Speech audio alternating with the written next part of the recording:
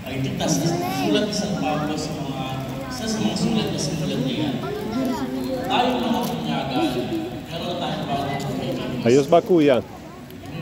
Kapag nabinyagan na tayo, hindi na tayo dapat sa kasalanan. Sa liwanag na tayo. Tingin namin na ang sulat natin.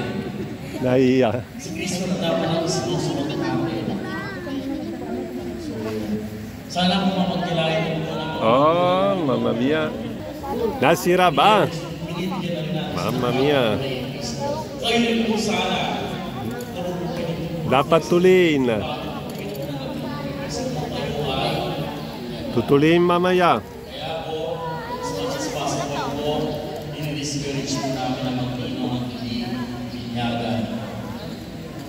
Kasi, paano mo gagabayan yung bata na lumaking kinikilala at nagmamahal kay Kristo kung mismo wala noon? Kaso mabagal lang. Ito yung bayarin ng... Di ba? Dito na lang. Dito. Sana po kapag rin po tayo. Kaya mo yung sakit. Yung mga kanila po, mamaya